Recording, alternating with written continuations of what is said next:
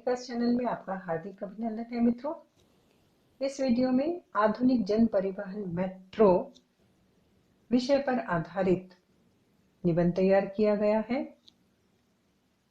जिसका प्रारूप है भूमिका, प्रभाव एवं उपसंहार। अगर आप इस प्रारूप का अनुसरण करते हैं तो आपको अपने विचारों को तथा निबंध की सामग्री को क्रमवार लिखने में सहायता मिलेगी और आप एक बहुत अच्छा निबंध तैयार कर सकते हैं।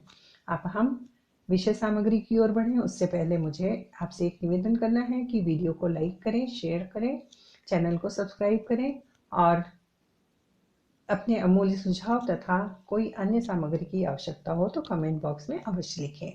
अब हम निबंध की ओर बढ़ते हैं। आधुनिक जन परिवहन मेट्रो। भूमिका है, परिवहन के अंतर्गत हम मनुष्यों या वस्तुओं को एक स्थान से दूसरे स्थान तक पहुंचाने में सहायक साधन को रखते हैं।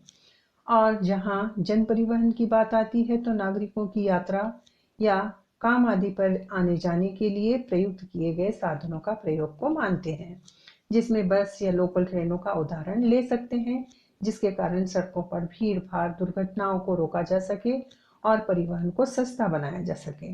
इसका प्रभाव हम देखते हैं किस प्रकार है। बड़े बड़े शहरों में बढ़ती जनसंख्या के कारण जनसंख्या, वाहनों की अधिकता तथा प्रदूषण, दुर्घटनाओं में निरंतर वृद्धि हो रही है। ऐसे स्थानों पर हर तरह और हर स्तर पर तबाही के दृश्य उपलब्ध रहते हैं। सबसे बड़ी समस्या सड़कों पर ट्रैफिक जाम और दुर्घटनाओं की है, क्योंकि हर कोई जल्द से जल्द ऑफिस या घर पहुंचना चाहता है और इसमें बिना किसी की फिक्र किए बेतहाशा भागता जा रहा है और अनहोनी का सामना कर रहा है। ऐसे में जन परिवहन के अति आधुनिक परिवहन साधन मेट्रो रेल ने एक राहत प्रदान की है। जर्मनी, फ्रांस, कोरिया, सिंगापुर आदि देशों की तरह भारत में भी मेट्रो रेल का जाल बिछाना शुरू किया है, जिसमें सर्वप्रथम दिल्ली में इसकी स्थापना की गई। अभी तक दिल्ली शहर में सड़कों की कुल लंबाई 1248 किलोमीटर है, यानी शहर कुल धरातल में से 21% भाग पर सड़कों का जाल फैला हुआ है। फिर भी शहर की मुख्य सड़कों पर वाहन की औसत गति सीमा 15 किलोमीटर प्रति घंटा नापी गई है। वर्तमान सर्वे के अनुसार दिल्ली शहर में हर वर्ष 10% वाहन सड़क पर बढ़ रहे हैं। ऐसे में मेट्रो रेल ने जीवन रेखा के रूप में स्थान प्राप्त किया है, जनता द्वारा बहुत पसंद किया जा रहा है और अत्यंत आधुनिक तकनीकी से बनाया गया, संचालित किया जा रहा है। सभी मेट्रो रेल के डिब्बे वातानुकूलित हैं। टिकट प्रणाली स्वचालित भी रखा गया है। ट्रेन की क्षमता के अनुसार टिकट उपलब्ध होते हैं। स्टेशनों पर स्वचालित सीढ़ियां भी हैं। एक बहुत ही अच्छी बात का ध्यान रखा गया है कि मेट्रो स्टेशन और बस अड्डे पास पास ही हैं या समान स्तर पर बनाए गए हैं, जो यात्रियों को अधिक सुविधादायक हैं। मेट्रो स्टेशन तथा मेट्रो रेल में साफ सफाई भी अत्यधिक है।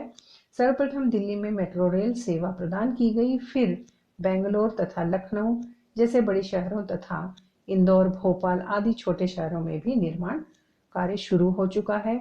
जहां जहां प्रारंभ किए गए मेट्रो सेवा अति लोकप्रिय है, क्योंकि साफ सफाई, समय की बचत, वातानुकूलित डब्बे, धूल गंदगी से बचाव, स्वचालित दरवाजे तथा ट्रैफिक जाम का अभाव आदि कारणों से इसमें जाते हैं, इसका प्रयोग करते हैं। यात्रा करना अधिक प्रिय है, सुरक्षित है। ट्रैफिक जाम के समय भी की बर्बादी से बचत होने लगी है।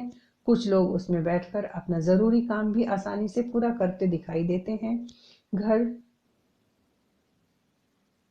हर सूचना, स्टेशन की सूचना, सावधानी की घोषणा लगातार होती रहती है। इसमें कुछ महिला चालक भी हैं जो प्रारंभ में आकर्षण का केंद्र थी।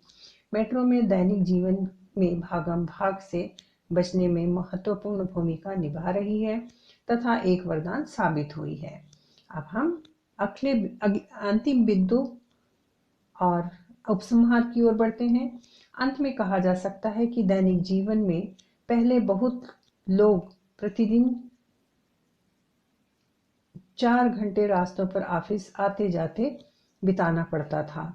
साथ ही प्रदूषित वायु में सांस लेना प्रदूषण फैलने में साथ देते थे, किंतु विज्ञान की सहायता से मेट्रो रेल के रूप में विज्ञान का एक बहुत ही अच्छा उपहार मिला है, जिससे अपनी शक्ति, पैसा और समय की बचत कर पा रहे हैं मनुष्य।